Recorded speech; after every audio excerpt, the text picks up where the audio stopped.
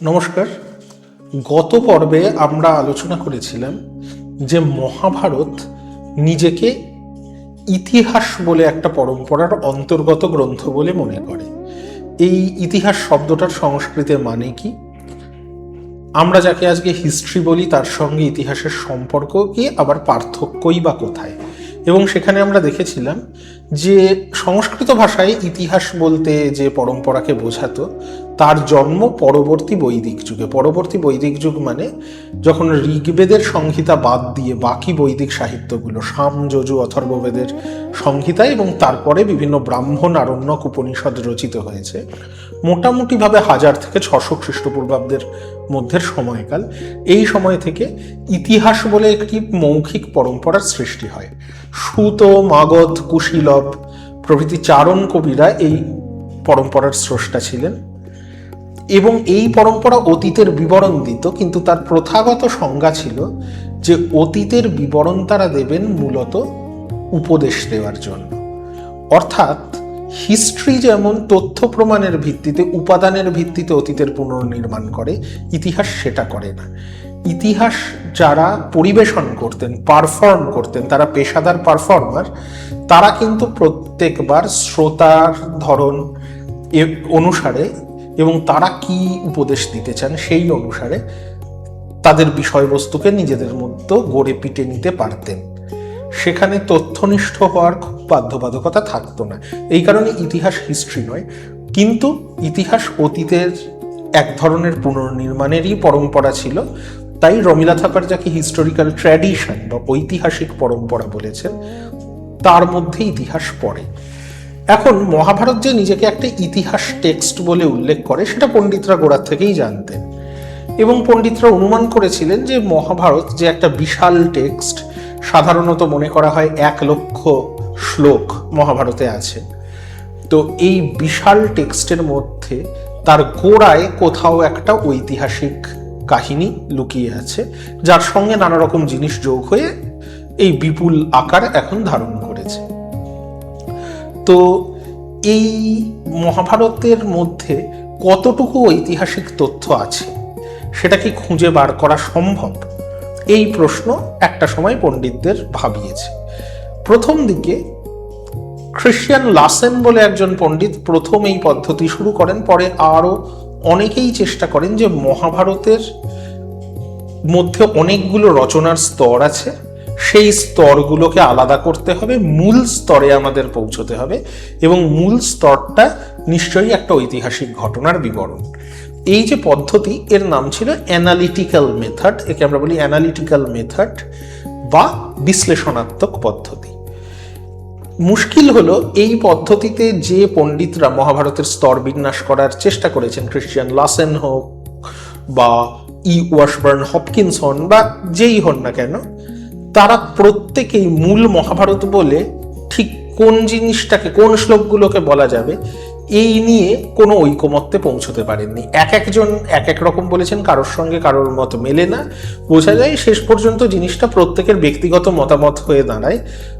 কোনো প্রামাণ্য মূল মহাভারত কিন্তু বর্তমান মহাভারত থেকে ছেঁকে বার করা ওইভাবে সম্ভব হয়নি। কেন হয় না বা কেন হয়নি সেই প্রসঙ্গে আমি আসব। এই জন্য যেহেতু অ্যানালিটিক্যাল মেথড থেকে কোনো গ্রহণযোগ্য মূল মহাভারত বার করা যাচ্ছে না, এর বিপরীত একটা মত আছে যার নাম সিনথেটিক মেথড বা সংশ্লেষণাত্মক পদ্ধতি। জোসেফ ডালমান বলে একজন পণ্ডিত এই মতের প্রবক্তা ছিলেন প্রথম, পরে বহু পণ্ডিত এই মত অনুসরণ করেন। সংশ্লেষণাত্মক পদ্ধতি বলে যে হতে পারে মহাভারতের মূলে কোনো ঐতিহাসিক বিবরণ ছিল কখনো, কিন্তু এখন আর সেই বিবরণ খুঁজে বার করা সম্ভব নয়। এমনকি চারণ কবিদের মৌখিক পরম্পরার থেকে মহাভারতের উৎপত্তি হলেও তখন চারণ কবিরা কি বলতেন আজকের লিখিত মহাভারত থেকে সেটা বোঝা সম্ভব নয়। আজকের লিখিত মহাভারত কিন্তু ব্রাহ্মণদের সৃষ্টি। তারা মহাভারতকেও একটা ধর্মগ্রন্থের আকার দিয়ে দিয়েছেন অনেকটাই। এবং বিখ্যাত পণ্ডিত VS সুক্থঙ্কর বলেছিলেন এই ব্রাহ্মণরা হচ্ছেন ভার্গব ব্রাহ্মণ। তো যা ঐতিহাসিকতা মহাভারতের ছিল এককালে সেটা এখন হারিয়ে গেছে। এখন গোটা মহাভারতকেই আমাদের একটা গ্রন্থ হিসাবে দেখতে হবে, যেটা আমাদের তার সাহিত্যিক মূল্য, দার্শনিক মূল্য, এইগুলোর ভিত্তিতে মহাভারতকে পড়ে বুঝতে হবে এবং বিচার করতে হবে।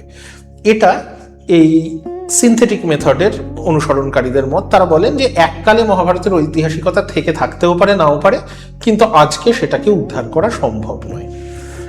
এখন এই মতবাদটাকে আরো এগিয়ে নিয়ে গেছেন আলফ হিল্টেবাইটেল বলে একজন পণ্ডিত। আলফ হিল্টেবাইটেল খুব বিখ্যাত মহাভারত বিশেষজ্ঞ, কিন্তু হিল্টেবাইটেল বলেন যে মহাভারতের ঐতিহাসিকতা বার করা তো সম্ভব নয়। হিল্টেবাইটেল মনে করেন মহাভারতের কোনো ঐতিহাসিকতা কখনোই ছিল না। এই যে আমরা বলছি চারণ কবিদের মৌখিক পরম্পরা থেকে ইতিহাস পরম্পরা হিসাবে মহাভারতের সৃষ্টি হয়েছিল, পরে একটা সময় সেটা লিখিত রূপ পায়। ওয়াশবার্ন হপকিন্স এই মতের অনুসরণ করে বলেন যে মহাভারত একজনের রচনা নয়, একজন রচয়িতার রচনা নয়, অনেকগুলো স্তরে মহাভারত গড়ে উঠেছে। ওয়াশবার্ন হপকিন্স বলেছিলেন যে মহাভারতের রচনাকাল প্রায় 1000 বছরের একটা সময়কাল, খ্রিস্টপূর্ব 5ম শতক থেকে খ্রিস্টীয় 5ম শতক পর্যন্ত। কেন খ্রিস্টীয় 5ম শতক? কেন? কারণ খ্রিস্টীয় 6ষ্ঠ শতকের গোড়ায় একটা লেখতে শতসাহস্রিকী সংহিতা বলে মহাভারতকে উল্লেখ করা হচ্ছে, অর্থাৎ প্রায় 1 লক্ষ শ্লোকের মহাভারতের অস্তিত্ব কিন্তু খ্রিস্টীয় 6ষ্ঠ শতকের গোড়ার দিকেই চলে এসেছে। অতএব খ্রিস্টীয় 5ম শতকের মধ্যে মহাভারত তার পূর্ণাঙ্গ রূপ পেয়ে গেছে। তো এটা তো আমরা বুঝলাম যে অন্তিম ডেট হিসাবে খ্রিস্টীয় 5ম শতক বলা হচ্ছে। খ্রিস্টপূর্ব 5ম শতক কেন গোড়ার তারিখ হিসাবে? কারণ তার আগে নতুন করে লেখা শুরু হয়নি। হরপ্পা সভ্যতায় একটা লিপি ছিল, সেটা হারিয়ে যায়। তারপরে কিন্তু আবার লিখিত বিবরণের নিদর্শন আমরা পাই মৌর্য যুগে, অর্থাৎ খ্রিস্টীয় 4র্থ-3য় শতকে। কিন্তু মৌর্য যুগে অশোকের মতো রাজারা যে লেখমালা লিখিয়েছিলেন, নিশ্চয়ই তার আগের থেকে মানুষ লিখতে পড়তে জানতেন বলেই তারা এগুলো লিখিয়েছিলেন। তো তার একটু আগের থেকে লেখার চল হয়েছে। পাণিনির ব্যাকরণ, যেটা খ্রিস্টীয় 5ম-4র্থ শতকে রচিত, খ্রিস্টপূর্ব 5ম-4র্থ শতকে, এই পাণিনির ব্যাকরণে কিন্তু আমরা দেখি লিপি শব্দটার ব্যবহার আছে। তাই মোটামুটি মনে করা যায় ওই খ্রিস্টীয় 5ম শতক নাগাদ নতুন করে লেখার চল হয়েছিল। ওয়াশবার্ন হপকিন্স বলছেন মহাভারত লেখার চল তখন থেকেই, কারণ পাণিনির অষ্টাধ্যায়ীতে মহাভারতের উল্লেখ আছে। কিন্তু এখানে একটা পয়েন্ট আমাদের মনে রাখার, এই পয়েন্টে আমরা ফিরে আসব, যে তার মানে কিন্তু এটা সাব্যস্ত হয় না যে মৌখিক পরম্পরা হিসাবে আরো আগে থেকে মহাভারতের অস্তিত্ব ছিল না। খ্রিস্টপূর্ব 5ম শতক মানে অন্তত খ্রিস্টপূর্ব 5ম শতক, তার আগেও হতে পারে। কিন্তু মহাভারতের সব অংশ অত প্রাচীন নয়, কারণ মহাভারতের অনেক জায়গাতেই আমরা দেখি পৌরাণিক ধর্মের নিদর্শন। এবং এই পৌরাণিক ধর্ম, বৈদিক ধর্ম, যাগযজ্ঞ কেন্দ্রিক বৈদিক ধর্ম বদলে গিয়ে মূর্তি পুজো এবং মন্দির কেন্দ্রিক পৌরাণিক ধর্ম, যেখানে বেদের দেবতারা যেমন ইন্দ্র, প্রজাপতি, মিত্র, বরুণ, এদের বদলে ব্রহ্মা, বিষ্ণু, শিব, দেবী, এদের জনপ্রিয়তা বাড়ছে। ব্রাহ্মণ্য ধর্মের রূপের এই পরিবর্তন ঘটে মোটামুটিভাবে মৌর্য পরবর্তী যুগ এবং গুপ্ত যুগে, খ্রিস্টপূর্ব 2য় শতক থেকে খ্রিস্টীয় 6ষ্ঠ শতকের মধ্যে। এবং মহাভারতের অনেক অংশে পৌরাণিক ধর্মের প্রভাব আছে। বিষ্ণু, শিব, দেবী, এই দেবতাদের উল্লেখ আছে। কৃষ্ণকে অনেক জায়গায় বিষ্ণুর সঙ্গে এক করে দেখা হচ্ছে। তাই মহাভারতের কোনো কোনো অংশ যে মৌর্য পরবর্তী গুপ্ত যুগে রচিত, এটা নিয়ে সন্দেহ নেই। তো এই মহাভারতের স্তর বিন্যাসের ধারণা নিয়ে প্রশ্ন করেছিলেন আলফ হিল্টেবাইটেল। তিনি বলেন যে না, এই যে বলা হচ্ছে মহাভারত এত প্রাচীন যুগ থেকে মুখে মুখে চলে এসেছিল, পরে ব্রাহ্মণরা পৌরাণিক ধর্ম অনুসরণ করে মহাভারতের পরিবর্তন ঘটিয়ে তাকে একটা লিখিত রূপ দিয়েছে, এটা ঠিক না। মহাভারত গোড়া থেকেই একটা ধর্মগ্রন্থ, গোড়া থেকেই এটা ব্রাহ্মণদের রচনা, এর সঙ্গে ঐতিহাসিকতার কোনো সম্পর্ক নেই। হিল্টেবাইটেলের মতে খ্রিস্টপূর্ব 2য় বা 1ম শতাব্দীতে, অর্থাৎ মৌর্য সাম্রাজ্যের পতনের পরে পরেই ব্রাহ্মণরা মহাভারত রচনা করেন, ধর্মগ্রন্থ হিসাবেই করেন। কেন করেন? হিল্টেবাইটেল মনে করেন কারণ মৌর্য যুগে ব্রাহ্মণ্য ধর্ম খুব একটা পৃষ্ঠপোষকতা পায়নি। রাজারা মূলত বৌদ্ধ, জৈন, আজীবিক এই ধর্মগুলোকে পৃষ্ঠপোষকতা দিয়েছিলেন। মৌর্য সাম্রাজ্য ভেঙে যাওয়ার পর ব্রাহ্মণরা চাইছিলেন এমন একটা মতবাদ প্রচার করতে, একদিকে তারা তাদের ধর্মের পরিবর্তন ঘটাচ্ছিলেন নতুন জনপ্রিয় দেবতাদের গ্রহণ করে, মূর্তি পুজো গ্রহণ করে, তার পাশাপাশি তারা একটা বার্তা দিচ্ছিলেন যে রাজাদের রাজধর্ম পালন করতে হবে। রাজধর্ম পালন করা মানে ব্রাহ্মণ্য ধর্মকে পৃষ্ঠপোষকতা দেওয়া, ব্রাহ্মণদের পৃষ্ঠপোষকতা দেওয়া, বর্ণজাতি ব্যবস্থাকে রক্ষা করা ইত্যাদি। তো এই বার্তার একটা প্রতীক হিসাবে তারা মহাভারত রচনা করেন খ্রিস্টপূর্ব দ্বিতীয় প্রথম শতকে। যদিও হিলদেবাইতেল মহাভারতের উপর অত্যন্ত বড় একজন পণ্ডিত, কিন্তু এই মতে কিছু সমস্যা আছে। সমস্যা হচ্ছে খ্রিস্টপূর্ব দ্বিতীয় প্রথম শতকেই যদি মহাভারত রচিত হয়, তাহলে মহাভারতের চরিত্রদের উল্লেখ তার আগে পাওয়ার কথা নয়। কিন্তু মহাভারতের চরিত্রদের এবং মহাভারত বইটার উল্লেখ তার আগে প্রচুর জায়গায় পাওয়া যায়। এক্ষুনি বললাম খ্রিস্টপূর্ব পঞ্চম চতুর্থ শতকে রচিত পাণিনির অষ্টাধ্যায়ীতে মহাভারত বইটিরও নাম পাওয়া যায় এবং মহাভারতের অনেক চরিত্রের নাম পাওয়া যায়। তারও আগে বৈদিক যুগের সাহিত্যেও আমরা দেখতে পাই যে মহাভারতের সঙ্গে বৈদিক সাহিত্যেরও কিছু সম্পর্ক আছে। মহাভারতের অনেক চরিত্রের উল্লেখ বৈদিক সাহিত্যে ছড়িয়ে ছিটিয়ে রয়েছে। কিভাবে ছড়িয়ে ছিটিয়ে রয়েছে এই প্রসঙ্গে আমি আবার ফিরে আসবো, কিন্তু তার আগে যেটা বলার, তাহলে হিলদেবাইতেলের মতকে যদি আমরা পুরোপুরি মানতে না পারি, তাহলে ধরে নিতে হয় মহাভারত অনেকগুলো স্তরে রচিত।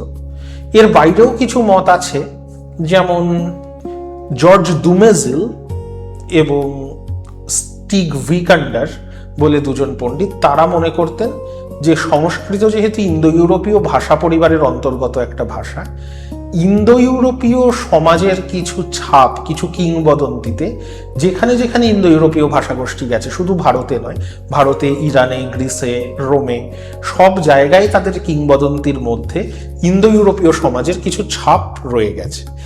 এই ছাপ হচ্ছে ইন্দো ইউরোপীয় সমাজের তিনটে প্রধান অংশ ছিল। একটা অংশ পুরোহিত শ্রেণী যারা ধর্মাচরণ করতেন, একটা অংশ যোদ্ধা এবং শাসক, একটা অংশ উৎপাদনের সঙ্গে জড়িত। মহাভারত আসলে এই তিনটে অংশ মিলে একটা সমাজ গড়ে ওঠার কাহিনী বলে।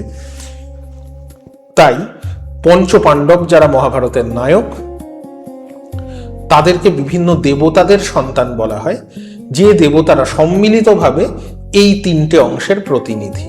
যুধিষ্ঠির ধর্মের সন্তান, ধর্মাচরণের সঙ্গে জড়িত। ভীম এবং অর্জুন বায়ু এবং ইন্দ্রের সন্তান, যারা যোদ্ধা দেবতা হিসাবে পরিচিত। এবং নকুল সহদেব অশ্বিনী কুমারদের সন্তান, যারা দেবতাদের চিকিৎসক, সুস্বাস্থ্যের, উৎপাদিকা শক্তির, উর্বরতা শক্তির দেবতা হিসাবে পরিচিত।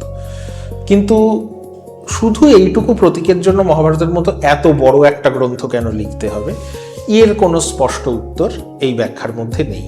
তাছাড়া এই ব্যাখ্যার মধ্যে আর যেটা নেই সেটা হচ্ছে, এটা পাণ্ডবদের গঠন সম্পর্কে কিছু কথা বললেও মহাভারতে তো পাণ্ডুর সন্তানদের সঙ্গে ধৃতরাষ্ট্রের সন্তানদের দ্বন্দ্ব মহাভারতের একটা অন্যতম প্রধান দিক। সেই জিনিসটার কোনো প্রতিফলন কিন্তু এই তত্ত্বে ঘটেনি। তাহলে আমরা আগের জায়গায় ফিরে যাই, যে মহাভারত অনেকগুলো স্তরে রচিত সেটা বোঝা যাচ্ছে, কিন্তু কোন স্তরে কি ছিল সেটা বার করা যাচ্ছে না। এককালে পণ্ডিতরা মনে করতেন মহাভারতের মোট কটা শ্লোক আছে, এই নিয়ে মহাভারতের ভিতর 3 রকম বয়ান আছে।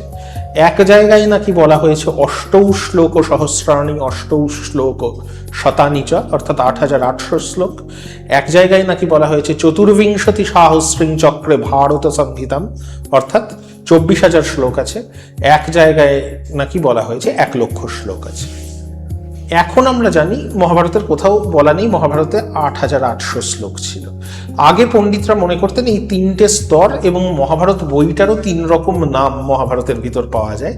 তাই এরা মনে করতেন যে মহাভারত 3টে স্তরে গড়ে উঠেছে। প্রথম স্তরে 8800 শ্লোক ছিল, দ্বিতীয় স্তরে 24,000, তৃতীয় স্তরে 1 লাখ, এবং এই 3টে স্তরের নাম ছিল জয়, ভারত আর মহাভারত। এখন আমরা জানি এই ধারণা ঠিক না, কারণ 8800 শ্লোকের উল্লেখ কোথাও নেই, এবং ভারত আর মহাভারত শব্দ দুটো কিন্তু সমার্থক শব্দ হিসাবে মহাভারতে ব্যবহার হয়েছে। একই বইকে কখনো ভারত কখনো মহাভারত বলা হচ্ছে। কিন্তু এটা সত্যি কথা যে মহাভারতের মধ্যেই এক জায়গায় বলা আছে 24,000 শ্লোকের ভারত সংহিতার কথা, আবার কোথাও বলা আছে 1 লাখ শ্লোকের কথা। তাই মহাভারতের বিকাশের অন্তত 2টো প্রমিনেন্ট স্তর কিন্তু আছে, এটা নিয়ে সন্দেহ নেই। কিন্তু কোন স্তরে কি ছিল আমরা কি বার করতে পারবো? এই কাজে প্রয়োজনীয়তা অনুভব করা গিয়েছিল আরো একটা কারণে, যে আমরা জানি মহাভারত গোটা ভারতীয় উপমহাদেশে প্রচলিত, ছাপাখানা আসার আগে পুঁথি আকারে প্রচলিত ছিল। যখন ছাপাখানা এলো, মহাভারত ছাপিয়ে বার করা শুরু হলো, দেখা গেল বম্বে থেকে যে মহাভারত ছাপানো হলো, কলকাতা থেকে যে মহাভারত ছাপানো হলো, আর দক্ষিণ ভারতে কুম্ভকোণম থেকে যে মহাভারত ছাপানো হলো, তিনটে টেক্সট কিন্তু সম্পূর্ণ এক নয়। বহু শ্লোক একটা এডিশনে আছে, অন্য এডিশনে নেই। তাহলে একই মহাভারতের এরকম আলাদা আলাদা রূপ কেন? তখন বোঝা গেল যে এই যে মহাভারত, যার রচনাকাল অন্তত খ্রিস্টপূর্ব 5ম শতক থেকে খ্রিস্টীয় 5ম শতক, কিন্তু যে পুঁথিগুলো আমরা পাই সেগুলো তো খ্রিস্টীয় 5ম শতকের পুঁথি নয়। মহাভারত যে অন্তিম রূপ পেয়েছিল সেই পুঁথিও আমরা পাবো না, কারণ অত প্রাচীন পুঁথি টিকে থাকে না। আমরা যে পুঁথিগুলো পাই খুব পুরনো হলে সেগুলো দ্বাদশ, ত্রয়োদশ, চতুর্দশ শতকের, বেশিরভাগই পঞ্চদশ, ষোড়শ শতক বা আরো পরের। এই পুঁথিগুলো থেকে মূল পুঁথিতে কি ছিল কি করে বোঝা যাবে? কারণ মূল পুঁথির লিপিকরেরা বারবার নকল করেছেন, করতে করতে কোনো জায়গায় লিপিকরের ভুল হয়েছে, অনেক ক্ষেত্রে আঞ্চলিক অনেক কাহিনী ইচ্ছা করে লিপিকরেরা ঢুকিয়ে দিয়েছেন।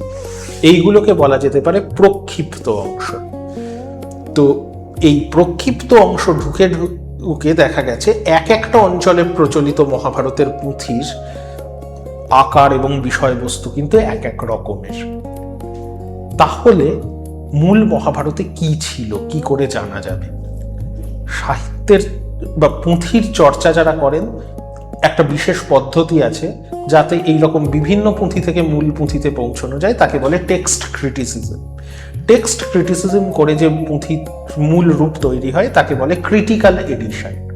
মহাভারতের ক্রিটিক্যাল এডিশন তৈরি হয় পুনার ভান্ডারকর ওরিয়েন্টাল রিসার্চ ইনস্টিটিউটে।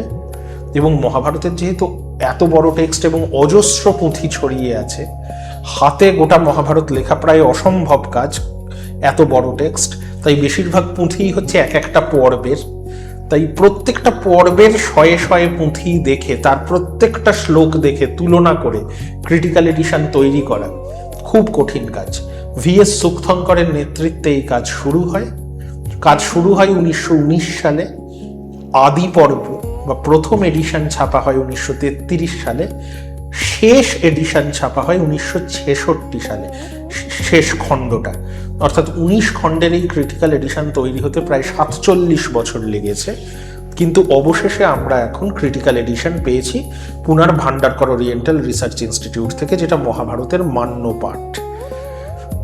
এখন এই ক্রিটিক্যাল এডিশন, যেটা মহাভারতের মান্য পাঠ বলে আমরা বুঝতে পারছি, সেই ক্রিটিক্যাল এডিশন কি করে তৈরি হলো, কেন সেটা মান্য পাঠ? কারণ এই যে মহাভারতের বিভিন্ন পুঁথিতে বিভিন্ন রকম রূপ দেখা যাচ্ছে, ক্রিটিক্যাল এডিশন কি করে, একটা পর্বের সব পুঁথিকে এক জায়গায় করে। তারপর সবারই ভাষা সংস্কৃত, কিন্তু সংস্কৃতের যেহেতু নিজের কোনো লিপি নেই, এক একটা অঞ্চলে এক এক লিপিতে লেখা হয়। তাই বিভিন্ন অঞ্চলের পুঁথিগুলোকে আলাদা করা যায়। কিছু পুঁথি উত্তর ভারতের লিপিতে লিখিত, যেমন কাশ্মীরের সারদা লিপি, বাংলা লিপি, মৈথিলি লিপি, দেবনাগরী লিপি, এইরকম। কিছু পুঁথি দক্ষিণ ভারতের বিভিন্ন লিপিতে লিখিত, যেমন গ্রন্থম লিপি, মালায়ালাম লিপি, তেলুগু লিপি ইত্যাদি। দেখা যায় কিছু শ্লোক উত্তর ভারতের পুঁথিতে আছে, দক্ষিণ ভারতে নেই, তার মানে সেটা উত্তর ভারতের একটা স্থানীয় প্রক্ষেপ। কিছু দক্ষিণ ভারতের পুঁথিতে আছে, উত্তর ভারতে নেই, সেগুলো দক্ষিণ ভারতের স্থানীয় প্রক্ষেপ। কিছু শ্লোক উত্তর ভারতেরও সব পুঁথিতে নেই, কোনো একটা লিপির পুঁথিতে আছে, সেগুলো আঞ্চলিক প্রক্ষেপ। এই সমস্ত প্রক্ষেপকে বাদ দেওয়া।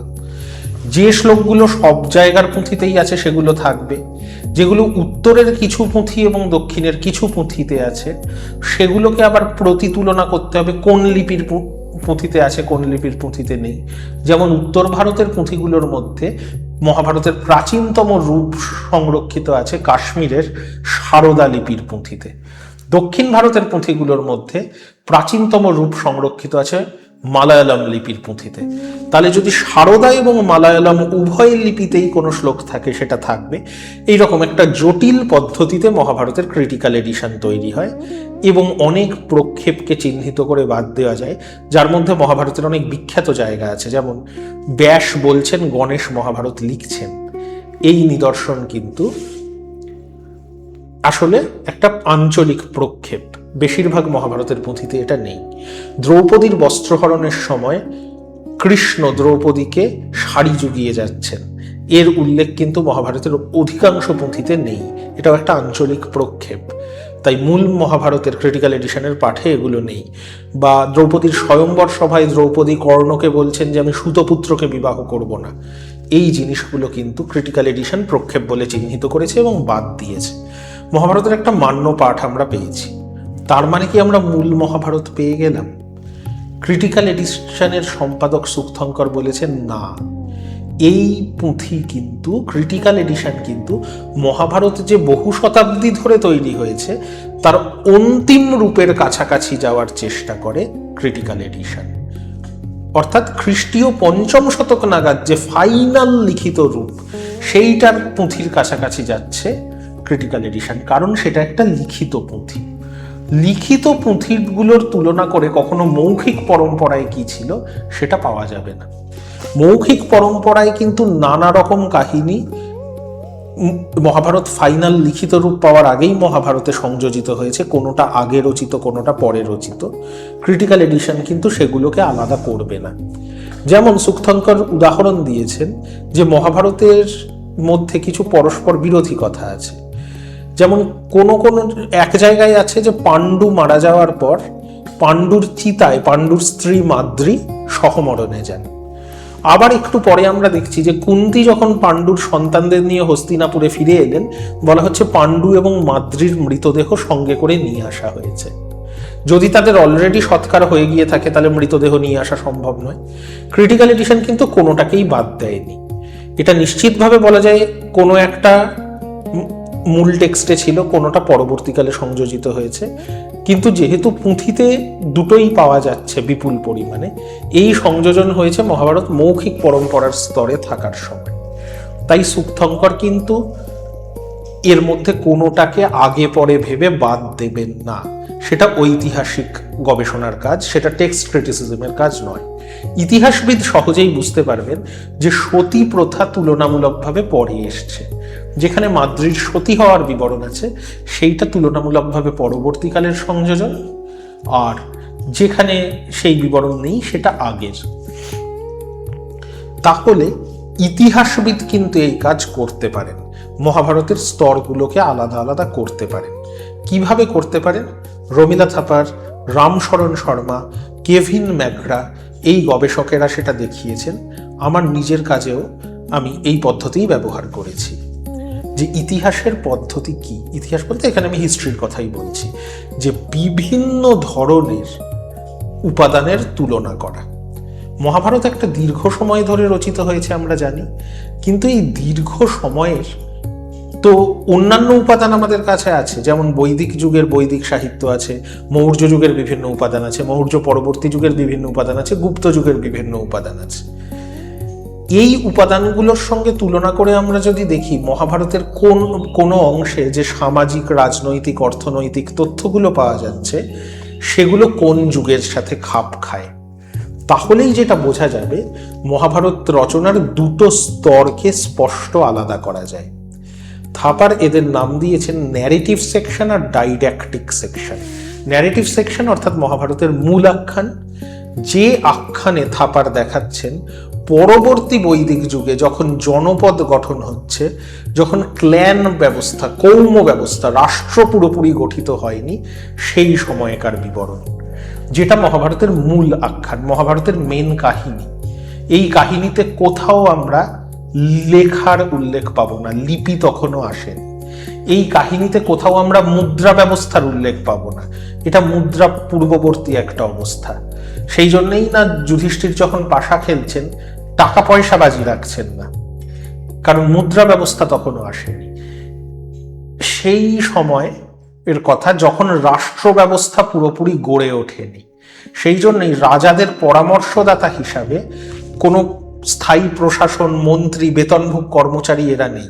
যুধিষ্ঠিরকে পরামর্শ দেন তার ভাইয়েরা এবং তার আত্মীয় কৃষ্ণ, দুর্যোধনকে পরামর্শ দেন তার মামা শকুনি, ভাই দুঃশাসন এবং বন্ধু কর্ণ, ধৃতরাষ্ট্রকে পরামর্শ দেন ভীষ্ম, বিদুর ইত্যাদি আত্মীয়রা।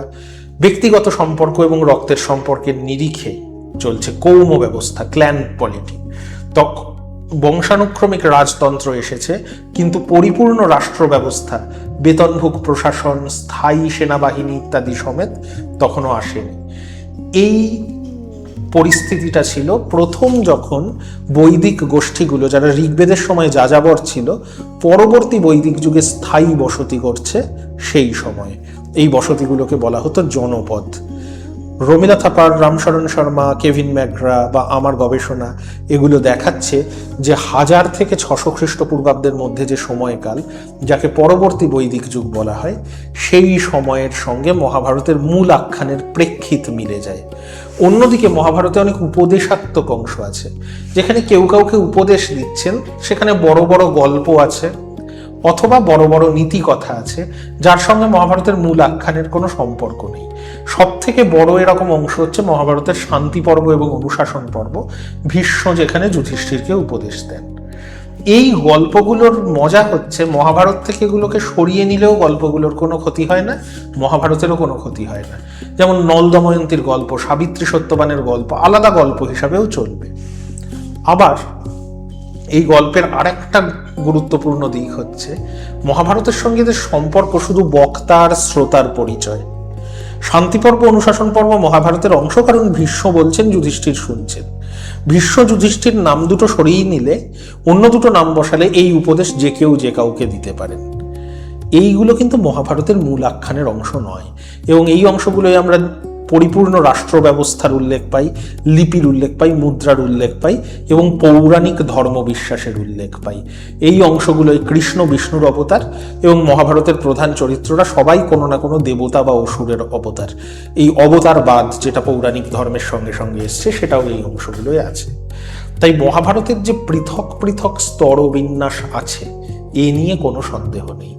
মহাভারত নিজেও এ ব্যাপারে ওয়াকিবহাল। মহাভারত নিজেও বলে যে চারণ কবিদের পরম্পরা থেকে তার জন্ম, লিখিতভাবে নয়, মৌখিক পরম্পরায়। এবং মহাভারত বিবরণ দেয় একটার পর একটা কথনের, যে প্রথমে যে যুদ্ধকে কেন্দ্র করে মহাভারতের মূল আখ্যান, সঞ্জয় বলে একজন সুতরা চারণ কবি, তিনি কুরু রাজসভায় সেটা শোনাচ্ছেন ধৃতরাষ্ট্রকে। তারপর একে ঘিরে কৃষ্ণদ্বৈপায়ন ব্যাস, যে মহাকাব্য রচনা করছেন বা ইতিহাস রচনা করছেন, তিনি সেটা শেখাচ্ছেন তার শিষ্যদের। এই শিষ্যদের একজন বৈশম্পায়ন জনমেজয় বলে একজন কুরু রাজার যজ্ঞে আবার জনমেজয়কে মহাভারতের কাহিনী শোনাচ্ছেন। এবং শেষ স্তরে গিয়ে উগ্রশ্রবা বলে একজন পেশাদার সুত, যিনি গল্প বলেন, তার বাবা রোমহর্ষণও গল্প বলতেন, তিনি ব্রাহ্মণদের একটা গ্যাদারিংয়ে, নৈমিষারণ্যের একটা যজ্ঞে মহাভারতের কাহিনী শোনাচ্ছেন। তাহলে আমরা দেখলাম সুতরা এই পরম্পরার স্রষ্টা, এককালে রাজারা ছিলেন তাদের পৃষ্ঠপোষক, শেষ পর্যায়ে গিয়ে পৃষ্ঠপোষক হয়ে যাচ্ছেন ব্রাহ্মণরা, এবং ব্রাহ্মণরা মহাভারতকে লিখিত রূপ দিয়েছেন। তাই উগ্রশ্রবার পারফরমেন্সের পর আর কোনো মৌখিক পারফরমেন্সের উল্লেখ নেই। উগ্রশ্রবার মূল পৃষ্ঠপোষকের নাম কুলপতি সৌনক। সৌনকরা ভার্গব বলে একটা ব্রাহ্মণ গোষ্ঠীর অংশ। এই ভার্গব ব্রাহ্মণরাই মহাভারতকে একটা ব্রাহ্মণ্য ধর্মগ্রন্থের রূপ দেন পরিবর্তিত করে বলে মনে করেন সুক্তঙ্কর। তো এই মহাভারতের বিবর্তন আমরা দেখতে পাচ্ছি। আজকের মহাভারত অবশ্যই একটা ব্রাহ্মণায়িত ধর্মগ্রন্থের রূপ পাওয়া গ্রন্থ, কিন্তু এর মধ্যে যে মূল আখ্যান আছে সেখানে কিন্তু পরবর্তী বৈদিক যুগের কৌম সমাজের প্রতিফলন রয়ে গেছে। এবং যেটা বললাম, বৈদিক যুগের সঙ্গে মহাভারতের একটা সম্পর্ক আছে। মহাভারত বলে ভরত বলে একটা বংশের ইতিহাস। এই ভরত গোষ্ঠী, ভরত বা কুরু, তো এই ভরত গোষ্ঠীর কথা কিন্তু আমরা ঋগ্বেদ থেকে পাই। ঋগ্বেদে অনেক যাযাবর গোষ্ঠীর কথা আছে, ভরতরা তার মধ্যে সব থেকে গুরুত্বপূর্ণ। রাজা সুদাসের নেতৃত্বে এই ভরতরা 10টা গোষ্ঠীকে পারুষ্ণী বা বর্তমান পাঞ্জাবের রাভি নদীর ধারে 10 রাজার যুদ্ধ বা দাসরাজ্য বলে একটা যুদ্ধে পরাস্ত করে। এই ঘটনার কথা ঋগ্বেদের সব থেকে গুরুত্বপূর্ণ রাজনৈতিক ঘটনা। যে 10টা গোষ্ঠী হারে তাদের মধ্যে একটার নাম পুরু। এই পুরুরা ভরতদের সঙ্গে মিলে কুরু গোষ্ঠী তৈরি করে, এর কথাও আমরা ঋগ্বেদে পাই। ঋগ্বেদের শেষ দিকে কুরু গোষ্ঠীর কথা আছে, শন্তনু বলে একজন রাজার কথা আছে। আবার অথর্ববেদের সংহিতায় সমসাময়িক কুরু রাজা হিসাবে পরীক্ষিতের প্রশস্তি আছে। এই পরীক্ষিতেরই পুত্র হচ্ছেন জনমেজয়, যার কথা বহু পরবর্তী বৈদিক টেক্সটে পাওয়া যায়। এবং মহাভারত কিন্তু এই শন্তনু আর পরীক্ষিতের মধ্যে কুরুদের কথা বলে। মহাভারতে উল্লিখিত রাজাদের মধ্যে একজন ধৃতরাষ্ট্র বৈচিত্র্যবীর্য বা বিচিত্রবীর্যের পুত্র ধৃতরাষ্ট্রের কথা যজুর্বেদের একটা সংহিতা, কাঠক সংহিতায় পাওয়া যায়। মহাভারতের অন্যতম গুরুত্বপূর্ণ চরিত্র কৃষ্ণ, দেবকী পুত্র কৃষ্ণ হিসাবে তাঁর উল্লেখ ছান্দোগ্য উপনিষদে আছে। সবকিছু মিলে আমরা বুঝতে পারি মহাভারতের অনেক চরিত্র কিন্তু পরবর্তী বৈদিক যুগেই পরিচিত ছিলেন, এবং সম্ভবত মহাভারতের মূলে আছে কুরু রাজ্যের কাহিনী এবং কুরু ও তার প্রতিবেশী পাঞ্চাল রাজ্যের কাহিনী, যাদের মধ্যেকার একটা ঐতিহাসিক সংঘাতকে ঘিরে মহাভারতের কাহিনী গড়ে উঠেছে। সেই কাহিনী একটা ইতিহাস পরম্পরার অন্তর্গত কাহিনী। ইতিহাস পরম্পরা কি শুরুতেই বললাম, চারণ কবিরাজার স্রষ্টা, কিন্তু এই কাহিনীকে পরে ব্রাহ্মণরা একটা পরিবর্তিত রূপ দেন নিজেদের প্রয়োজন মতো। এটা ইতিহাস পরম্পরার বৈশিষ্ট্য। মহাভারত বলে আচক্ষু কবয় কেচিত সংপ্রত্যাচক্ষতে পরে আখ্যাস্যন্তি তথৈবান্যে ইতিহাসম ইমং ভুবি। এই ইতিহাস পূর্বের কবিরা একভাবে বলেছেন, বর্তমানের কবিরা বলছেন, পরবর্তীকালের ভবিষ্যতের কবিরা অন্যভাবে বলবেন। এটাই ইতিহাসের বৈশিষ্ট্য। পরের পর্বে আমরা আলোচনা করব মহাভারতের মূল ইতিহাস আখ্যান কি নিয়ে এবং বৈদিক সমাজের সঙ্গে মহাভারতের সম্পর্ক কি।